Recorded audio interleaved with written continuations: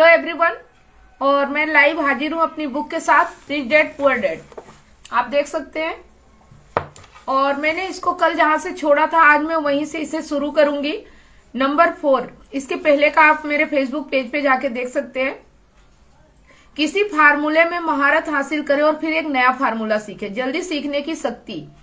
Double रोटी बनाने के लिए हर बेकर किसी रेसिपी या फार्मूले का अनुसरण करता है, भले ही यह उसके दिमाग में हो। यही पैसे बनाने के बारे में सच है। हम में से ज्यादातर ने यह कहावत सुनी है, आप वही हैं जो आप खाते हैं। मैं इसे एक अलग तरीके से कहता हूँ। मैं कहता हूँ आप वही बन जाते हैं जो आप पढ़ते हैं।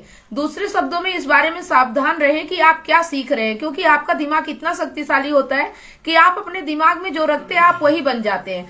मिसाल के तौर पर अगर आप पाक कला का अध्ययन करते हैं तो उसमें से आप में कोई कुक बनने की प्रवृत्ति होती है। अगर आप कुक नहीं बनना चाहते तो आपको कोई दूसरी चीज पढ़ने की जरूरत है। पैसे के मामले में जनता के पास आमतौर पर एक ही बुनियादी फार्मूला होता है जिसे उन्होंने स्कूल में सीखा था, और वह यह है, पैसे के लिए काम करो। संसार में सबसे ज्यादा लोकप्रिय फार्मूला यही है कि हर दिन लाखों करोड़ों लोग उठते हैं, नौकरी पर जाते हैं, पैसे कमाते हैं, बिल चुकाते हैं, चेकबुक बैलेंस करते हैं, थोड़े म्यूचुअल फंड खरीदते हैं और फिर दोबारा नौकरी करने चले जाते हैं। यही उनका बुनियादी फार्मूला या रेसिपी है। आप जो कर रहे हैं, अगर आप उससे थक चुके हैं या अगर आप पर्याप्त नहीं कमा रहे हैं तो आपको अपने पैसे कमाने के फार्मूले को बदल लेना चाहिए। बरसों पहले जब मैं 26 साल का था तो मैं एक वीकेंड क्लास में गया जिसका विषय था रियल एस्टेट फोरक्लोजर्स कैसे खरीदे। वहां मैंने एक फार्मूला सीखा। अगला कदम था सीखे हुए सिद्धांत पर सचमुच करने का अनुशासन रखना। यहीं पर ज्यादातर लोग अटक जाते हैं। 3 साल तक जिराक्स में काम करते वक्त मैं अपने खाली समय में फोरक्लोजर्स खरीदने की कला में पारंगत होने की कोशिश करता रहा। उस फार्मूले का इस्तेमाल करके मैंने आगे चलकर कई मिलियन डॉलर कमाए। एक बार जब मैं उस फार्मूले में माहिर बन गया तो इसके बाद मैं दूसरे फार्मूले की तलाश करने लगा। कई कक्षाओं में मुझे सीधे सीधे तो कोई नई जानकारी नहीं मिली, लेकिन मैंने हमेशा कोई ना कोई नई चीज सीखी। मैंने derivative traders, commodity option traders और क्योलॉजिस्ट के लिए आयोजित कक्षाओं में हिस्सा लिया है। उन कक्षाओं में मैं अपने चिर परिचित क्षेत्र के बहुत बाहर था। यह तो ऐसे लोगों से भरे कमरे में रहने जैसा था जो न्यूक्लियर फिजिक्स और स्पेस साइंस में पीएचडी हो। फिर भी मैंने बहुत कुछ सीखा जिसने शेयर बाजार और रियल एस्टेट में मेरे निवेश को ज्यादा सार्थक और लाभकारी बना दिया। ज्यादातर जूनियर कॉलेजों और कम्युनिटी कॉलेजों में वित्तीय नियोजक और पारंपरिक निवेश खरीदने पर कक्षाएं आयोजित की जाती हैं। शुरुआत करने के लिए वे अच्छी जगह हैं, लेकिन मैं हमेशा ज्यादा तेज फार्मूले की तलाश करता रहता हूँ। इसलिए काफी नियमित रूप से मैं एक दिन में जितना कमाता हूँ उतना कमाने में कई लोगों की पूरी जिंदगी लग जाएगी। एक और बात, आज के तेजी से बदल रहे संसार में आपका पुराना ज्ञान अब उतना महत्वपूर्ण नहीं है, क्योंकि प्राय आपकी जानकारी बासी हो चुकी है। महत्वपूर्ण तो यह है कि आप कितनी तेजी से सीखते हैं। यह योग्यता अनमोल है। यह पैसे बनाने के ज्यादा तेज फार्मूले खोजने में अनमोल है, या आप चाहे तो इसे रेसिपी कह सकते हैं। पैसे के लिए मेहनत करना एक पुराना फार्मूला है जो गुफा मानव के जमाने में उत्पन्न हुआ था। नंबर 5, खुद को सबसे पहले पैसे दे। आत्म अनुशासन की शक्ति। यदि आप खुद पर काबू नहीं रख सकते तो अमीर बनने की कोशिश ना करें। निवेश करने, पैसे बनाने और उसे उड़ा डालने में कोई तुक नहीं है। आत्म अनुशासन के अभाव की वजह से ही ज्यादातर लॉटरी विजेता करोड़ों जीतने के बाद भी जल्दी फक्कड़ हो जाते हैं। आत्म अनुशासन के अभाव की वजह से ही जिन लोगों की वेतन वृद्धि मिलती है वे तुरंत बाहर निकलकर एक नई कार खरीद लेते हैं या जहाज पर अन्य देशों की सैर करने निकल जाते हैं। यह कहना मुश्किल है कि मेरे 10 कदमों में कौन सा कदम सबसे ज्यादा महत्वपूर्ण है, लेकिन यदि यह आप में पहले से ही मौजूद ना हो तो इस कदम में माहिर बनना शायद सबसे मुश्किल है। मैं तो यहाँ तक कहूंगा कि अनुशासन की कमी ही वह सबसे बड़ा कारण है जो लोगों को अमीरों, गरीबों और मध्यवर्गीय लोगों में पृथक करता है। सरल भाषा में कहा जाए तो जिन लोगों का आत्मसम्मान कम होता है और जिनमें वित्तीय दबाव सहने की शक्ति कम होती है वे कभी अमीर नहीं बन सकते। जैसे मैं कह चुका हूँ, अपने अमीर डैडी से मैंने यह सबक सीखा था कि संसार आपको इधर उधर धक्के मारेगा। संसार लोगों को चारों तरफ धक्के मारता है, इसलिए नहीं क्योंकि दूसरे लोग दबंग है, बल्कि इसलिए क्योंकि आप में आंतरिक नियंत्रण और अनुशासन का अभाव होता है। जिन लोगों में आंतरिक सहन शक्ति की कमी होती है वे अक्सर आत्म अनुशासन वाले लोगों के शिकार हो जाते हैं। मैं जिन उद्यमी कक्षाओं में सीखता हूं उनमें मैं लोगों को लगातार याद दिलाता हूं कि वे अपने प्रोडक्ट, सेवा या सॉफ्टवेयर पर नहीं बल्कि प्रबंधन योग्यताएं बढ़ाने पर ध्यान केंद्रित करें। अपना खुद का कारोबार शुरू करने के लिए प्रबंधन की 3 सबसे महत्वपूर्ण योग्यताएं ये है। नंबर 1 कैश फ्लो का प्रबंधन, नंबर 2 लोगों का प्रबंधन, नंबर 3 व्यक्तिगत समय का प्रबंधन। मैं कहूंगा कि इन तीनों का प्रबंधन करने की योग्यताएं सिर्फ उद्यमी के लिए नहीं बल्कि एक व्यक्ति या परिवार, कारोबार, परोपकारी संगठन, शहर या देश के हिस्से के रूप में आप अपना जीवन किस तरह जीते ये तीनों उसमें भी मायने रहती हैं। ये सभी योग्यताएं आत्म अनुशासन में महारत हासिल करने से बढ़ती है। मैं खुद को सबसे पहले पैसे दे कथन को हल्के में नहीं लेता हूं। खुद को सबसे पहले पैसे दे यह कथन जॉर्ज क्लासन की पुस्तक the richest man in Babylon से लिया गया है। इस पुस्तक की लाखों प्रतियां बिक चुकी है। हालांकि लाखों लोग इस शक्तिशाली कथन को दोहराते हैं लेकिन बहुत कम इस सलाह पर चलते हैं। जैसा मैंने कहा था, वित्तीय साक्षरता इंसान को अंक पढ़ने की योग्यता प्रदान करती है और अंक पूरी कहानी बता देते हैं। किसी व्यक्ति के इनकम स्टेटमेंट और बैलेंस शीट को देखकर मैं तुरंत देख सकता हूं कि जो लोग खुद को सबसे पहले पैसे दे शब्द बोलते हैं, क्या वे सचमुच उस पर अमल करते हैं। एक तस्वीर 1000 शब्दों जितनी मूल्यवान होती है। इसीलिए आइए उन लोगों के फाइनेंशियल स्टेटमेंट की समीक्षा करते हैं जो खुद को सबसे पहले पैसे देते हैं और उन लोगों की भी जो ऐसा नहीं करते हैं। जो लोग खुद को सबसे पहले पैसा देते हैं, इनकम स्टेटमेंट मतलब कि वो नौकरी करते हैं, आय उनकी वेतन होती है और संपत्तियां बचाओ, निवेश करो।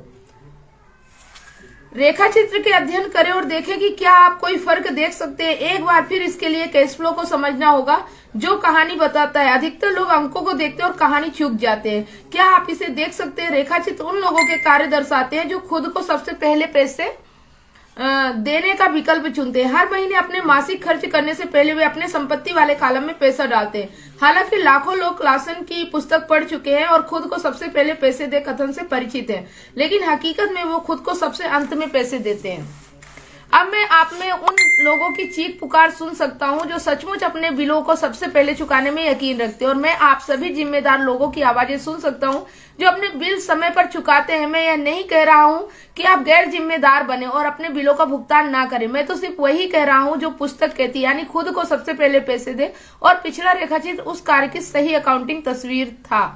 जो लोग बाकी हर व्यक्ति को सबसे पहले पैसे देते हैं वो नौकरी करते हैं, उनका वेतन आय होता है और व्यय में टैक्स, किराया या किराना में खर्च कर देते हैं।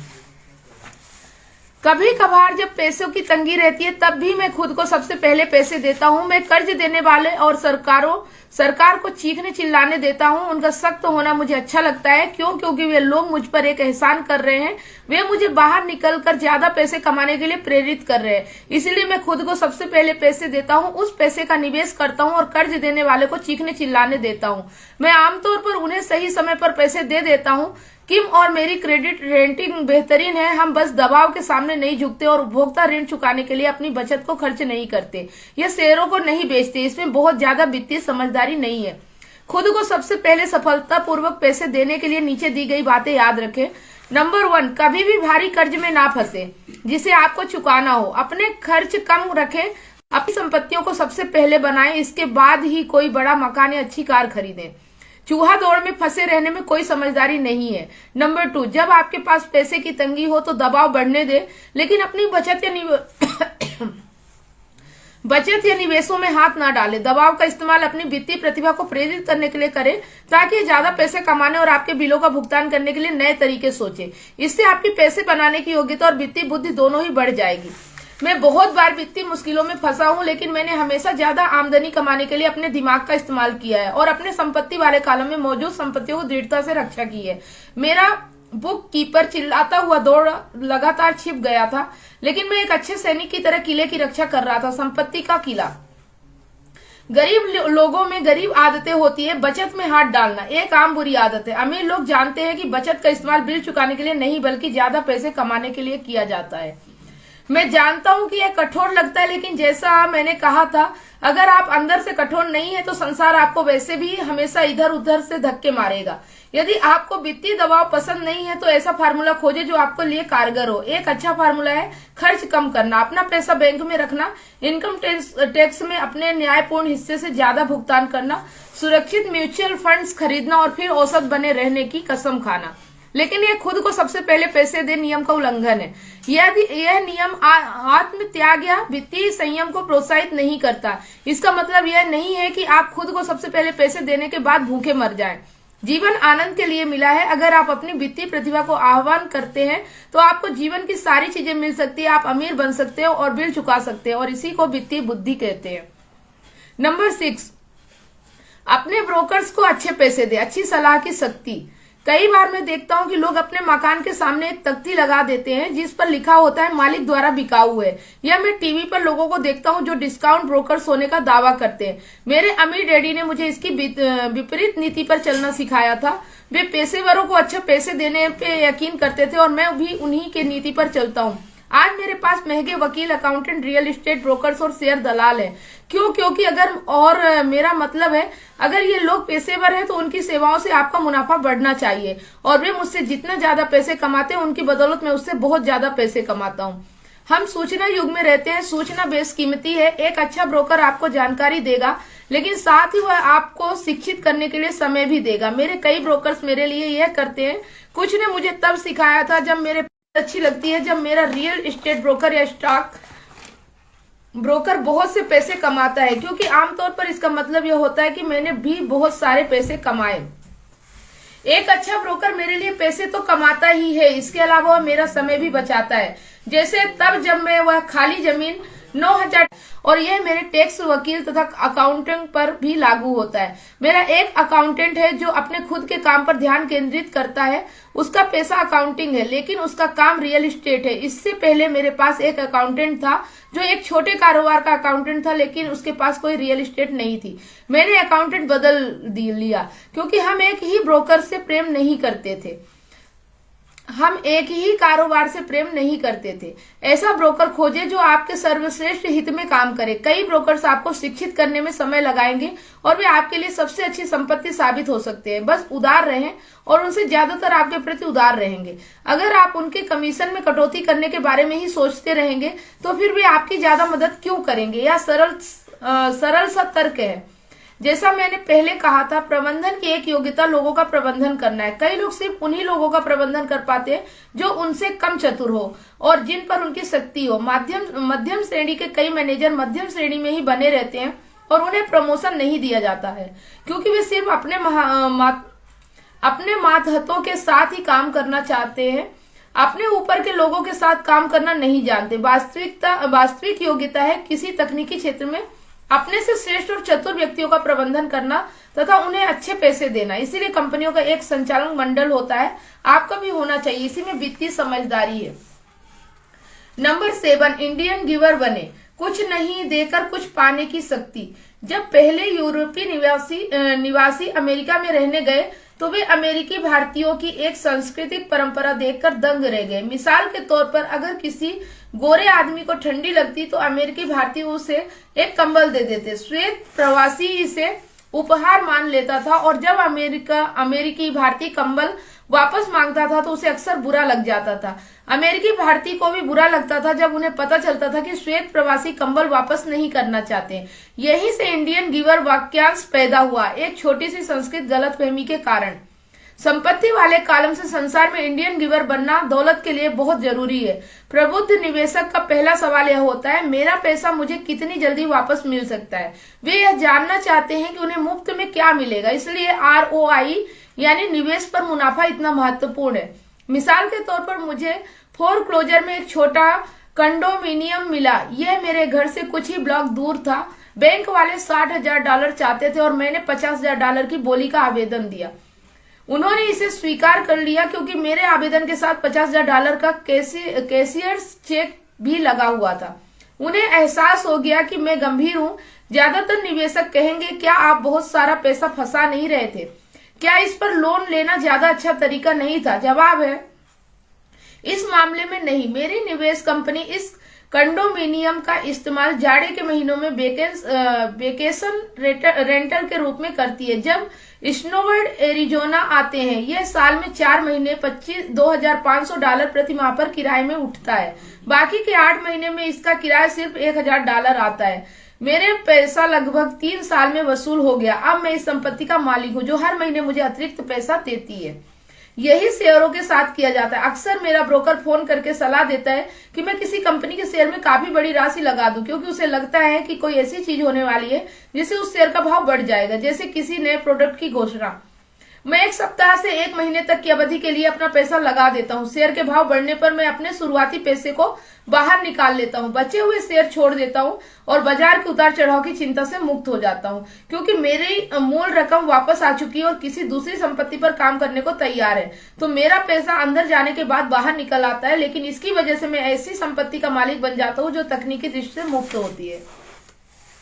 यह सच है कि मैंने कई मौकों पर पैसे का नुकसान भी झेला है, लेकिन मैं उतने ही पैसों से खेलता हूं जिससे नुकसान को मैं झेल सकता हूं। मैं कहूंगा कि औसतन 10 निवेशों में से 2-3 पर छक्के मार लेता हूं, जबकि 5-6 में कुछ नहीं होता और 2-3 में घाटा हो जाता है। लेकिन मैं अपने नुकसान सिर्फ उसी पैसे तक सीमित कर लेता हूं जो उस वक्त लगे होते हैं। जो लोग जोखिम से नफरत करते हैं वे अपना पैसा बैंक में रखते हैं। दीर्घकालीन दृष्टि से सुरक्षित बचत शून्य बचत से बेहतर होती है, लेकिन अपना मूलधन वापस निकालने में बहुत समय लगता है और ज्यादातर मामलों में इसके साथ आपको मुफ्त में कुछ नहीं मिलता। मेरे प्रत्येक निवेश में मुझे कोई ना कोई चीज मुफ्त मिलनी चाहिए, जैसे कंडोमिनियम, मिनी स्टोरेज, मुफ्त प्लाट, मकान, शेयर, ऑफिस की इमारत, और जोखिम सीमित या कम होना चाहिए। कई पुस्तकें पूरी तरह से इस विषय पर समर्पित है, इसीलिए मैं इस बारे में यहाँ बात नहीं करूंगा। मैकडॉनल्ड्स के मशहूर संस्थापक रे क्राक हैमबर्गर फ्रेंचाइजी इसलिए नहीं बेचते थे क्योंकि उन्हें हैमबर्गर से प्यार था, बल्कि इसलिए बेचते थे क्योंकि उन्हें उस फ्रेंचाइजी के नीचे के रियल एस्टेट मुफ्त में मिलती थी। इसीलिए समझदार निवेशकों को निवेश पर लाभ यानी ब्याज दर से आगे तक देखना चाहिए। उन्हें यह देखना चाहिए कि मूलधन वापस निकालने पर उन्हें कौन सी संपत्तियां मुफ्त में मिलती है। यही वित्तीय बुद्धि है। नंबर 8, विलासिताएं खरीदने के लिए संपत्तियों का इस्तेमाल करें। एकाग्रता की शक्ति। एक दोस्त का बेटा बहुत खर्चीला था और ऐसा लगता था जैसे वह अपनी जेब में छेद कर रहा हो। 16 साल की उम्र में ही वह अपनी खुद की कार चाहता था। बहाना, सभी मित्रों के माता पिता ने अपने बच्चों को कार खरीद कर दी है। लड़का अपनी बचत में से पैसे निकालकर कार का डाउन पेमेंट देना चाहता था। उसके पिता ने मुझे फोन किया और फिर सलाह लेने के लिए मुझसे मिलने आए। क्या आप सोचते हैं कि मुझे उसे ऐसा करने देना चाहिए या मैं भी दूसरे पिताओं की तरह उसे कार खरीद कर दे दूं?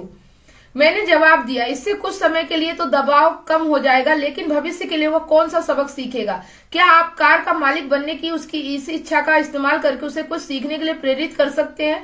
अचानक उसके दिमाग की बत्ती जल गई और वह तेजी से घर चला गया। 2 महीने बाद मैंने अपने मित्र से दोबारा मिला। मैंने पूछा, क्या आपके बेटे को नई कार मिल गई? नहीं, उसे नहीं मिली, लेकिन मैंने उसे कार के लिए $3000 दे दिए। मैंने उससे कहा कि वह अपने कॉलेज मनी के बजाय मेरे पैसे का इस्तेमाल करे। वाह, यह तो आपकी उदारता है। मैंने कहा, दरअसल ऐसा कुछ नहीं है, पैसे के साथ एक शर्त जुड़ी है। शर्त क्या है? मैंने पूछा। देखिए, सबसे पहले तो हमने आपका कैश फ्लो गेम खेला, फिर हमने पैसे के समझदारी पूर्ण उपयोग के बारे में लंबी बातचीत की। उसके बाद मैंने उसे द वॉल स्ट्रीट जर्नल की सदस्यता दिला दी और शेयर बाजार पर कुछ पुस्तकें भी दिला दी। फिर क्या हुआ? मैंने पूछा, शर्त क्या थी? मैंने उससे कहा कि वे $3000 उसके थे, लेकिन वह उस पैसे से सीधे कार नहीं खरीद सकता था। वह इसका इस्तेमाल किसी शेयर ब्रोकर को खोजने और शेयर खरीदने बेचने में कर सकता था।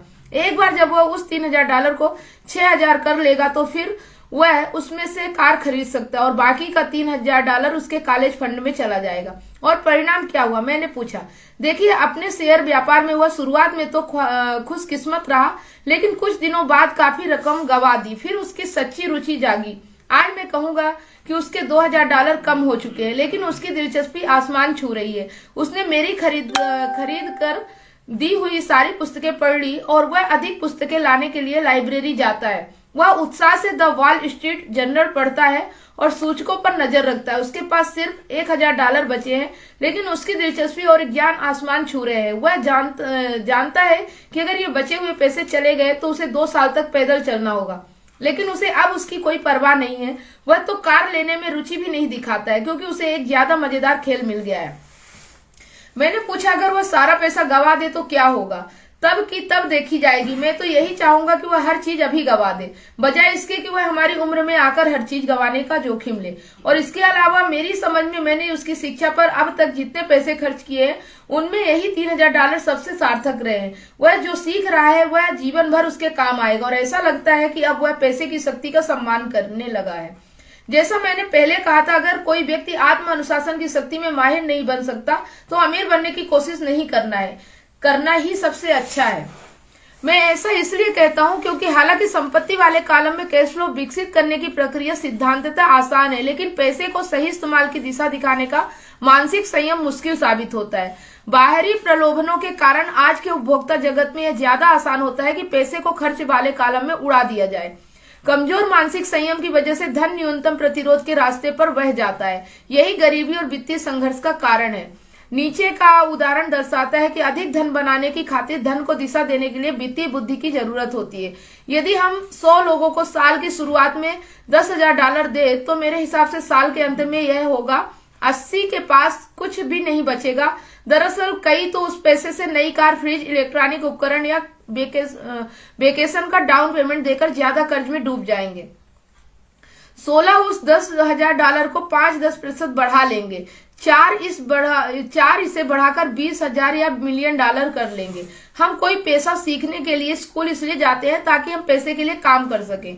मेरे विचार से पैसे से अपने लिए काम कराना सीखना भी उतना ही महत्वपूर्ण होता है। हर आदमी की तरह मैं भी विलासिता की चीजों को पसंद करता हूँ। फर्क है कि मैं उन्हें कर्ज लेकर नहीं खरीदता। यह तो आस पड़ोसियों की बराबरी करने का जाल है। जब मैं पोर्स कार खरीदना चाहता था तो आसान राह यह होती है कि मैं अपने बैंकर को फोन करके कर्ज ले लेता। दायित्व वाले कॉलम में ध्यान केंद्रित करने का विकल्प चुनने की बजाय मैंने संपत्ति वाले कॉलम में ध्यान केंद्रित करने का विकल्प चुना। अब तो मुझे आदत पड़ चुकी है कि मैं उपभोग की इच्छा का इस्तेमाल इस तरह करता हूं ताकि यह निवेश करने की मेरी वित्तीय प्रतिभा को प्रेरित और प्रोत्साहित करे। आजकल अपनी मनचाही चीजें पाने के लिए लोग पैसे कमाने के बजाय पैसे उधार लेने पर ध्यान केंद्रित करते हैं। यह रास्ता अल्पकाल में तो आसान होता है लेकिन दीर्घ काल में ज्यादा मुश्किल साबित होता है। यह एक ऐसी बुरी आदत है जिसमें हम फंस चुके हैं, व्यक्तिगत तौर पर भी और देश के रूप में भी। याद रखें, आसान राह अक्सर मुश्किल बन जाती है और मुश्किल राह अक्सर आसान बन जाती है। आप खुद को और अपने प्रियजनों को जितनी जल्दी धन का मालिक बनने के लिए प्रशिक्षित कर सकते हो उतना ही बेहतर है। धन बहुत बड़ी ताकत है। दुर्भाग्य से लोग धन की शक्ति का इस्तेमाल अपने खिलाफ करते हैं। यदि आपकी वित्तीय बुद्धि कम है तो पैसा आपको जमीन पर पटक देगा। वह आपसे ज्यादा चतुर होगा। अगर पैसा आपसे ज्यादा चतुर है तो आप जीवन भर इसके लिए काम करेंगे।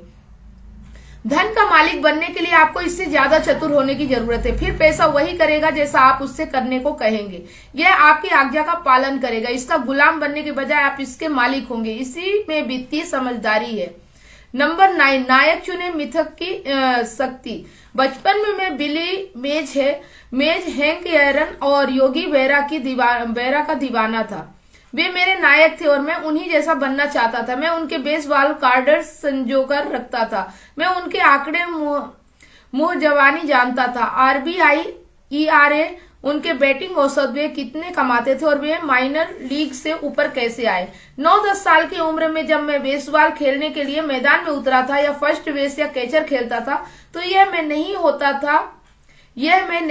था। मैं तो मशहूर बेसबॉल खिलाड़ी होने का नाटक करता था। यह वह शक्तिशाली तरीका है जिससे हम सीखते हैं, लेकिन प्रायः वयस्क बनने के बाद हम इसे खो देते हैं। हम अपने नायकों को खो देते हैं। आज मैं अपने घर के पास छोटे बच्चे को बास्केटबॉल खेलता देखता हूँ।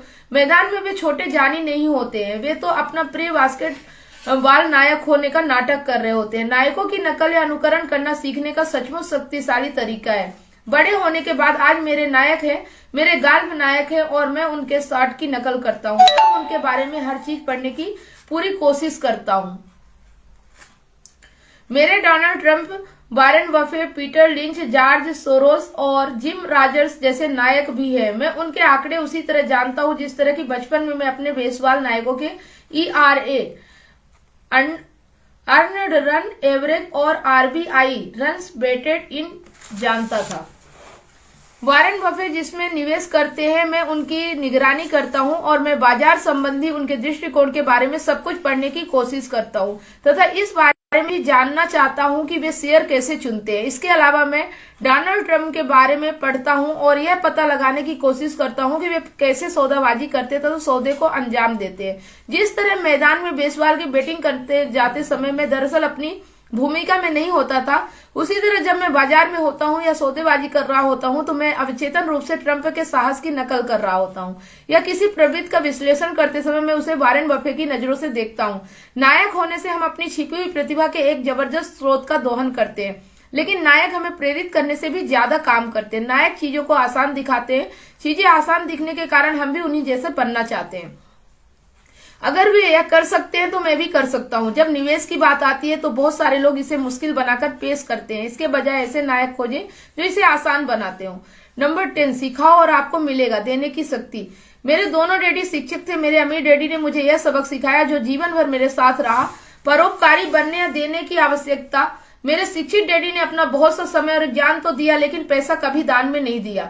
वे आमतौर पर कहते थे कि जब उनके पास थोड़ा अतिरिक्त पैसा आ जाएगा तब वे दान देंगे, लेकिन जाहिर है उनके पास शायद ही कभी अतिरिक्त पैसा आया। मेरे अमीर डैडी शिक्षा के साथ साथ पैसे भी दान देते थे। वे टाइडिंग या दशवांश दान में दृढ़ता से यकीन करते थे। वे हमेशा कहते थे अगर आपको कुछ चाहिए तो आपको इसे पहले देने की जरूरत है।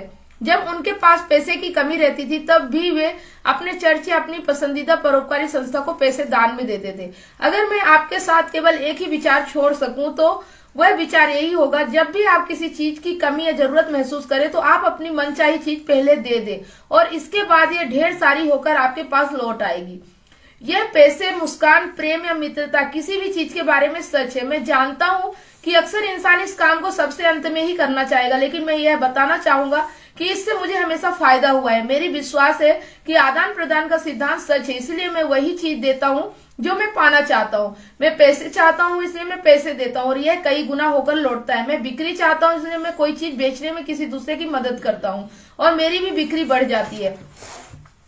मैं संपर्क बनाना चाहता हूँ इसलिए मैं संपर्क बनाने में किसी दूसरे की मदद करता हूँ। जादू की तरह मेरे संपर्क भी बढ़ जाते हैं। मैंने बरसों पहले यह कहावत सुनी थी, ईश्वर को पाने की जरूरत नहीं है लेकिन इंसान को देने की जरूरत है। मेरे अमीर डैडी के अक्सर कहते थे गरीब लोग अमीरों से ज्यादा लालची होते हैं। वे स्पष्ट करते थे कि अगर कोई आदमी अमीर है तो इसका मतलब है कि वह दूसरों को कोई मनचाही चीज प्रदान कर रहा था। मेरे जीवन में जब भी मैंने खुद को जरूरतमंद या पैसे की कमी या मदद की कमी महसूस करते पाया है तो मैंने अपने दिल को टटोला कि मैं क्या चाहता हूँ और फिर मैंने उसे पहले देने का फैसला किया और जब जब मैंने दिया यह हमेशा मेरे पास लौट कर आया। इससे मुझे एक कहानी याद आती है कि एक आदमी जाड़े की ठंडी रात में जलाऊ लकड़ी हाथ में लेकर बैठा था। वह अंगीठी से चिल्लाकर कह रहा था, जब तुम मुझे थोड़ी गर्मी दोगी तब मैं तुमसे लकड़ी डालूंगा। चाहे बात पैसे, प्रेम, खुशी, बिक्री या संपर्कों की हो, इंसान को बस यही याद रखने की जरूरत है कि अपनी मनचाही चीज पाने के लिए उसे पहले देना होगा। मैं क्या चाहता हूँ और मैं इसे किसी दूसरे को कैसे दे सकता हूँ। अक्सर ये सोचने भर से ही वरदानों की बौछार शुरू हो जाती है। जब भी मैं महसूस करता हूँ कि लोग मेरी तरफ देखकर नहीं मुस्कुरा रहे हैं तो मैं मुस्कुराने लगता हूँ और हेलो कहने लगता हूँ। जादू की तरह मेरे आसपास अचानक बहुत से मुस्कुराने वाले लोग जमा हो जाते हैं। यह सच है कि आपका संसार आपका ही आईना होता है। इसीलिए मैं कहता हूँ सिखाओ और आपको मिलेगा। मैंने पाया है कि सीखने की इच्छा रखने वाले लोगों को मैं जितना ज्यादा सिखाता हूँ मैं भी उतना ही ज्यादा सीखता हूँ। अगर आप धन के बारे में सीखना चाहते हो तो इसे किसी दूसरे को सिखाएं। ऐसा करने पर आपके दिमाग में नए विचार और फार्मूलों का सैलाब आ जाएगा। ऐसे समय रहे हैं जब मैंने दिया तो था लेकिन कुछ वापस नहीं लौटा या जो मुझे मिला वह तो नहीं था जो मैं चाहता था। ऐसे मौके पर गहरे निरीक्षण और आत्म अवलोकन के बाद मैंने पाया कि मैं इस प्रकरणों में देने के लिए नहीं बल्कि पाने के लिए दे रहा था। मेरे डैडी ने शिक्षकों को सिखाया इसलिए वे बेहतरीन शिक्षक बन गए। मेरे अमीर डैडी हमेशा युवाओं को कारोबार करने का तरीका सिखाते थे। पीछे पलटकर देखने पर मैं पाता हूँ कि अपने ज्ञान को उदारता से बांटने की वजह से ही वे ज्यादा चतुर बने। इस संसार में ऐसी शक्तियां हैं जो हमसे बहुत ज्यादा चतुर है। आप वहां अपने दम पर पहुंच सकते हैं लेकिन उन शक्तियों की मदद से यह काम कहीं अधिक आसान हो जाता है। इसके लिए आपको तो बस इतना ही करना है कि आप उदार रहें और वे शक्तियां भी आपके प्रति उदार रहेंगी। तो आज का लेसन यही समाप्त होता है और इस लेसन का सबसे महत्वपूर्ण इम्पोर्टेंट जो लास्ट में था कि आप जो चीज पाना चाहते हैं सबसे पहले उसे देना चाहिए। अगर आप पैसा पाना चाहते हैं तो पैसा देना होगा, अगर आप एजुकेशन पाना चाहते हैं तो एजुकेशन देना होगा, अगर आप सुख पाना चाहते हैं तो किसी को सुख देना होगा, अगर आप खुशी पाना चाहते हैं तो किसी को खुशी देना होगा। तो मतलब ये है कि अगर हम संसार में कुछ भी चाहते हैं तो पहले हमें खुद देना होगा। हम हमेशा यही सोचते हैं कि पहले हमें मिले फिर हम देंगे, इसलिए हमें कुछ मिलता नहीं है। तो पहले देना शुरू करें, आपको मिलना शुरू हो जाएगा। तो ये बहुत बड़ा सबक है। आज से आप इस काम में लग जाएं और मैं भी यही करूंगी, क्योंकि ये चीजें हमें जब किताबों से सीखने को मिलती है, ये वो लोग हैं जिन्होंने ऐसा करके अपने जीवन में बहुत बड़ी सफलता हासिल की है। तो अगर हम भी इनका अनुसरण करेंगे और इनकी राह पे चलेंगे तो हमें भी सफलता जरूर मिलेगी।